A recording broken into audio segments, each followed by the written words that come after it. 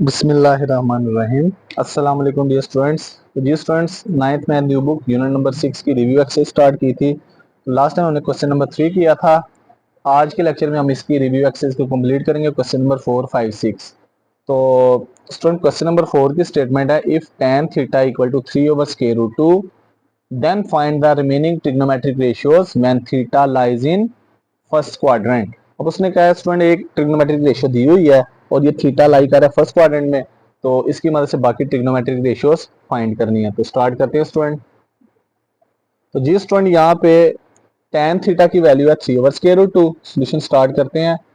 tan theta equal to है 3 divide by square root 2। और हमने ट्रिग्नोमेट्रिक रेशियो पढ़ी थी कि tan की रेशियो होती है परपेंडिकुलर डिवाइडेड बाय बेस।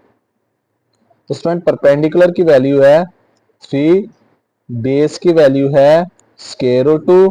सबसे पहले थर्ड साइड मिस है हाइपोटेनस, तो हाइपोटेनस फाइंड करते हैं। उसके लिए पाइथागोरस थ्योरम अप्लाई करेंगे। तो हाइपोटेनस स्क्वायर इक्वल टू होता है base square plus perpendicular square. Hypotenuse find करना स्टूडेंट, उसका square as it is. Base की वैल्यू है स्क्वायर रूट 2, उसका स्क्वायर।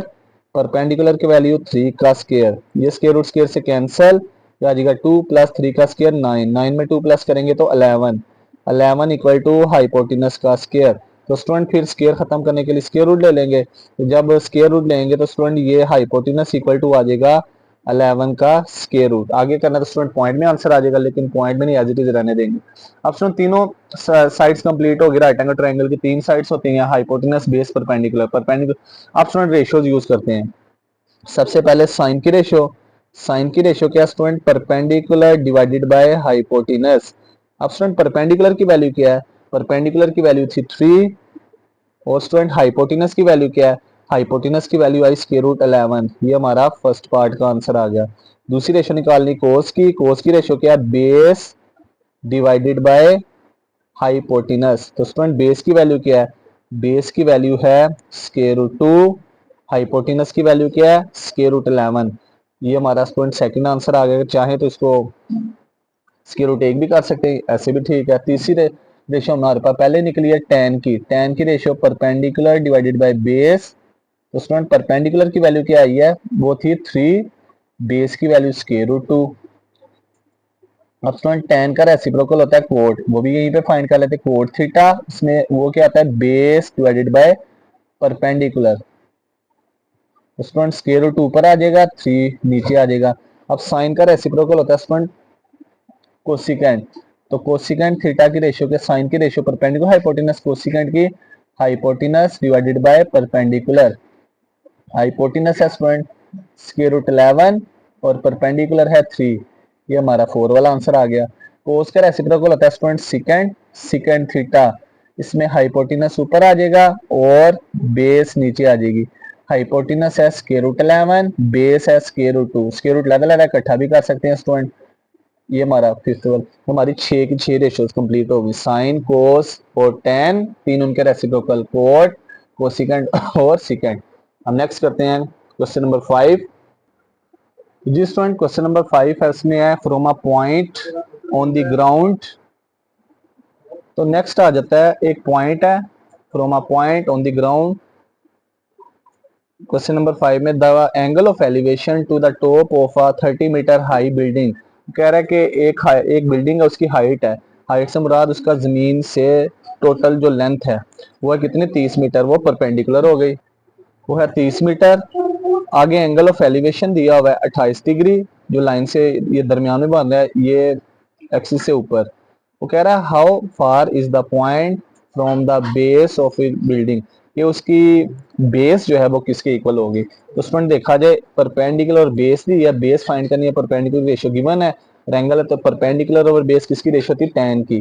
तो हमने पढ़ा था कि ये कह लें ये थीटा एंगल, यहाँ पे परपेंडिकुलर दिया हुआ है 30 मीटर और स्टूडेंट बेस है x।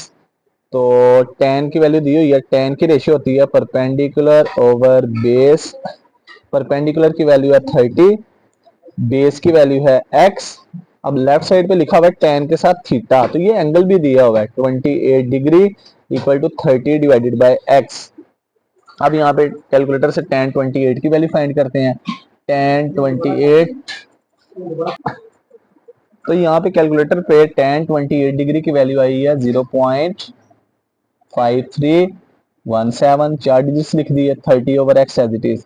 अब हमने यहाँ पे x की वैल्यू फाइंड करनी। सबसे पहले x डिवाइड है, लेफ्ट साइड पे आके मल्टीप्लाई, 0.5317 ये मल्टीप्लाई होगा x से इक्वल टू 30। अब हमने x फाइंड करना है, तो ये वाली वैल्यू x से मल्टीप्लाई हो रही है, दूसरी तरफ जाके डिवाइड। अब स्टूडेंट हम डिवाइड कर देंगे, 30 को इस डिवाइड वैल्यू से डिवाइड करते हैं, देखते हैं क्या आंसर आता है। 30 डिवाइडेड बाय 0.5317, तो इसका आंसर आ जाएगा 56.42। और लास्ट स्टूडेंट लेंथ का यूनिट दिया हुआ था मीटर, यहाँ पे मीटर लिख देंगे। तो 100 डेज ऑफ बिल्डिंग इज 56.42, और ये हमारा आंसर होगा स्टूडेंट। तो हमने जिस तरह आपसे रेशियो दी हुई है ना, तो उस हिसाब से का सोल्यूशन करना है student.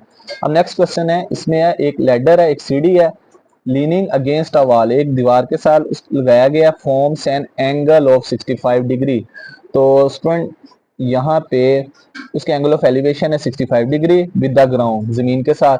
If the ladder is 10 metre long, कि वो सीढ़ी जो है वो 10 मीटर लंबी है, how high does it reach on the wall, कि वो कह रहा है कि वो उसको वॉल के साथ, जब उसने क्या कहते हैं वॉल के साथ, उसे क्या कहते हैं दीवार के साथ, दीवार जो है ना वो उसकी कितनी कुल लंबाई होगी हमने बताना है। तो सोल्यूशन स्टार्ट करते हैं। सबसे पहले अगेन कि ये एक लैडर है, ये जो नीचे है ये जमीन है, ये उसकी बेस है, ये दीवार के साथ लैडर लगी है। वो ये स्टूडेंट अगर देखा जाए राइट एंगल ट्रायंगल बनी, हाइपोटेनस होगा और थर्ड परपेंडिकुलर है। स्टूडेंट देखा जाए यहाँ पे एंगल ऑफ एलिवेशन कितना है, एंगल ऑफ एलिवेशन है 65 डिग्री, दोबारा उसी तरह से। और उसके बाद वो कह रहा है कि लैडर की हाइट है 10 मीटर, तो ये लैडर है, ये सीढ़ी है, ये 10 मीटर लंबी है। और उसके बाद कह रहा है कि if the ladder is 10 metre long, how height does it reach on the wall, कि वो जो वॉल है ना उसकी हाइट कितनी होगी। इसको हम एक्स का नाम दे देते हैं, ये हमने फाइंड करना है।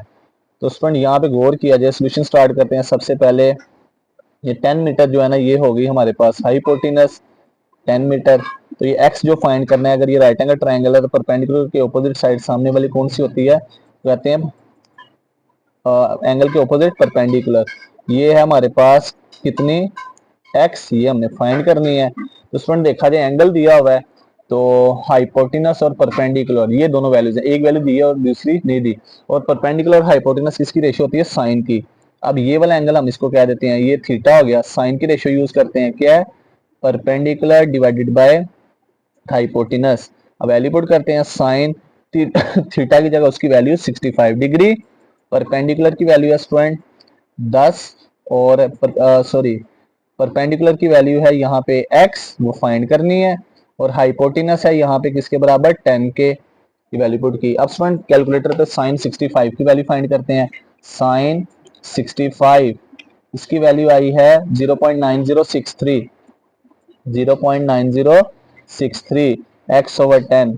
अब स्टूडेंट नेक्स्ट हम इसको सोल्व करते हैं, तो ये जो 10 है डिवाइड है, लेफ्ट साइड पे आके मल्टीप्लाई हो जाएगा, 0.9063 मल्टीप्लाई 10 इक्वल टू x। अब इन दोनों को मल्टीप्लाई करते हैं, तो 0.9063 को जब 10 से मल्टीप्लाई करेंगे तो हमारा आंसर आ जाएगा स्टूडेंट 9.063 इक्वल टू था, और यहाँ पे स्टूडेंट लास्ट पे मीटर लिख देंगे, और ये हमारा फाइनल आंसर होगा। अगर x से कोई वैल्यू मल्टीप्लाई डिवाइड होती है तो डिवाइड कर, मल्टीप्लाई होती है तो डिवाइड कर दी, हमारा आंसर होगा। लास्ट पे लिख देंगे student statement, so the height of the wall, so the height of the wall from the ground is कितनी है वो स्टूडेंट 9.063 मीटर, और ये हमारा आंसर होगा स्टूडेंट। बड़े सिंपल से क्वेश्चन है, जस्ट स्टेटमेंट को यहाँ पे क्लियर करना, अंडरस्टैंड करना, कोई मुश्किल नहीं होगी। तो आज के लेक्चर में स्टूडेंट हमने रिव्यू एक्सरसाइज चैप्टर नंबर 6 की कंप्लीट कर ली, क्वेश्चन 4, 5, 6। अगर आप चैनल पे नहीं है तो सब्सक्राइब करना ना भूलिएगा, साथ में बेल आइकन को भी दबाना ना भूलिएगा। तो मिलते हैं एक नई वीडियो के साथ, तब तक अपना ख्याल रखिएगा, दुआ में याद रखिएगा। अल्लाह हाफिज।